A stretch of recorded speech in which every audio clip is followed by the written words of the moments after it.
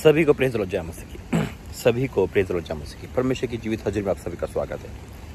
मेरे जब मेरे पास समय था और मैं जब अभी ब्रेकफास्ट करने ही बाहर आया था तो कुछ समय मुझे मिला तो देखा कि अच्छा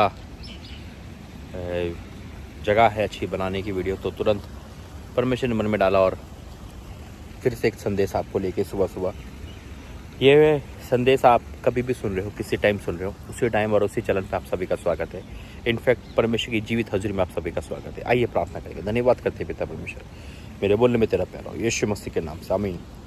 तो मैं प्रार्थना कर रहा था तो परमेश्वर ने मुझे एक चीज़ बताई और कहा कि परमेश्वर देखो हर चीज़ को अपने समय के अनुसार बढ़ाता है।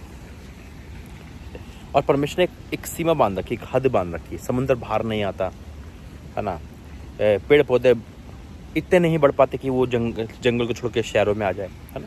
हर चीज़ का एक समय है ना। तो परमेश्वर कहता है कि समय से बाहर मैं तुझे दुख नहीं दूंगा। आमीन।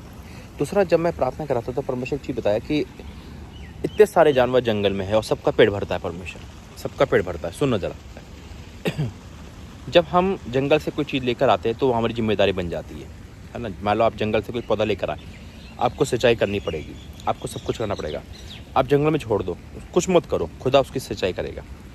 जब हम खुदा के हाथ में पड़ गए तो वो हमारी सिंचाई करने वाला परमेश्वर। एक वचन मुझे याद आ रहा है वचन संहिता में कि जवान सिंह को तो घटी होती है, वो भूखे रह जाते, परंतु मेरे डरवई को किसी बात की घटी नहीं होती। आप सोचो, जवान सिंह असंभव है जंगल में भूखे रहना, लेकिन परमेश्वर कह रहे हैं कि उनको भी घटी हो सकती है, वो भूखे भी रह सकते हैं। लेकिन मेरे लोगों को, मेरे खोजियों को, मेरे जनों को, मेरे भक्तों को, है ना, मेरे अनुयायी को कभी किसी भली वस्तु घटी नहीं, कभी नहीं हो सकती।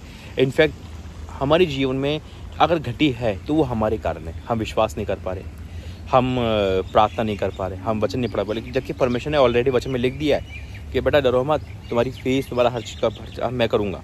लेकिन हम क्या डर जाते हैं, हम परेशान हो जाते हैं। और इस कारण से ही हम हमारे जीवन में क्या होता है कि एक समस्या आ जाती है और उस समस्या के बाद हम कुछ नहीं कर पाते। क्यों? वचन में कमी। जब वचन में कमी करते हैं तो उस कारण से हम आगे नहीं बढ़ पाते। मेरे ऐसे तो मैं फिर कहता हूँ कि हमारे लाइफ में अगर वचन इंपॉर्टेंट को हम लेते हैं और वचन पढ़ते हैं तो यकीन माना कोई घटी, कोई चीज़ हमें रोक नहीं सकती। आज मैं डिक्लेयर करना चाहता हूँ उन लोगों के लिए जो ये सोचते हैं कि हमारे आमदनी कम है, हमारा खर्चा कैसे होगा, है ना, और वो वचन पे ध्यान नहीं करते, अपनी फ्यूचर बनाने में लगते हैं लेकिन वचन पे ध्यान नहीं करते। मैं फिर आपसे कहना चाहता हूँ कि परमेश्वर मुझे फिर से एक वचन दे रहे हैं कि जब रोटी और मछली को यीशु मसीह हाथ में दिया तो मल्टीप्लाई कर दिया। मेरा और आपका परमेश्वर मल्टीप्लाई करने वाला परमेश्वर है। आमीन। तो आप ये ना सोचिए कि आपकी नौकरी क्या है, आपका बिजनेस क्या है। आप एक दुकान चलाते, एक रेडी चलाते, एक मूंगफली बेचते, परमेश्वर को मायने रखता क्या है, परमेश्वर उसमें आशीष देगा। मायने रखता है कि आप वचन में ईमानदार हो, आप खुदा में, क्योंकि उन्होंने वायदा कर रखा है पहले से ही वचन में कि जवान सिंह को घटी हो सकती है लेकिन मेरे बच्चों को, मेरे ड्राइवर को किसी भले वस्तु की घटी नहीं होगी। इस वचन को अगर आप सीरियस लेते हो तो मैं डिक्लेयर करता हूँ कि आज से आपके जीवन की सारी घटिया जा रही है यीशु मसीह के नाम में, हर कमी बढ़ती जा रही है यीशु मसीह के नाम में, और परमेश्वर आपको ऊंचा उठा रहा है यीशु मसीह के नाम में। आमीन। आइए प्रार्थना करके। धन्यवाद करते पिता, तूने वचन दिया, वचन से बात करी, मैं आपका धन्यवाद करता हूँ। धन्यवाद करता हूँ पिता परमेश्वर कि तू महान परमेश्वर, बड़े काम करता है। मैं डिक्लेयर करता हूँ पिता कि आज इस वचन के द्वारा तूने इनसे बातें करी और ये वचन के द्वारा इनकी लाइफ बदल दी पिता, और आज से इनका विश्वास और वचन में हो गया। मैं डिक्लेयर करता हूँ यीशु मसीह के नाम से, आमीन। God bless you. प्रभु आपको आशीष दे। जय मसीह।